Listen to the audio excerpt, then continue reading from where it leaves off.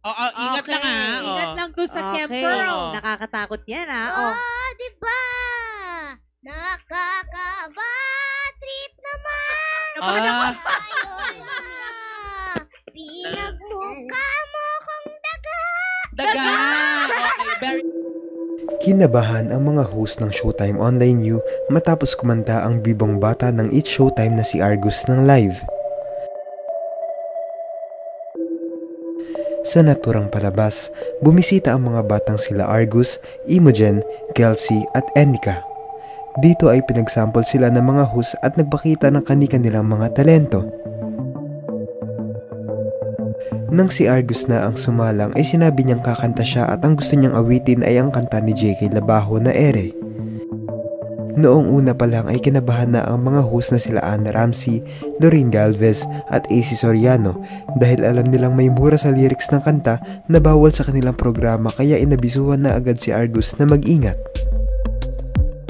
Nang malapit na si Argus sa parte na may hindi magandang salita, aagawin na sana ni Ana ang mic pero ang sinabi ni Argus ay nakaka-bad trip naman. Sa isa pang parte ng kanta ay mayroon ding hindi magandang salita na mababanggit pero ang sinabi na lang ni Argus ay pinagmukha mo akong daga.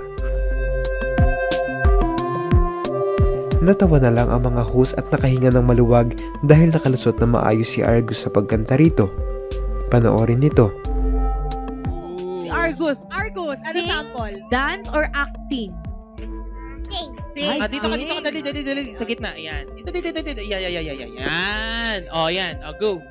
Anong song mo? Anong song mo? Ere. Dali, oh. Ere.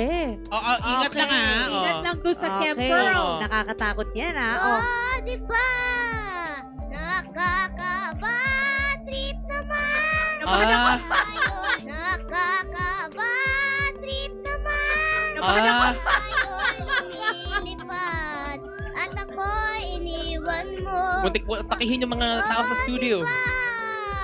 Pinagmukha mo kong daga. Daga!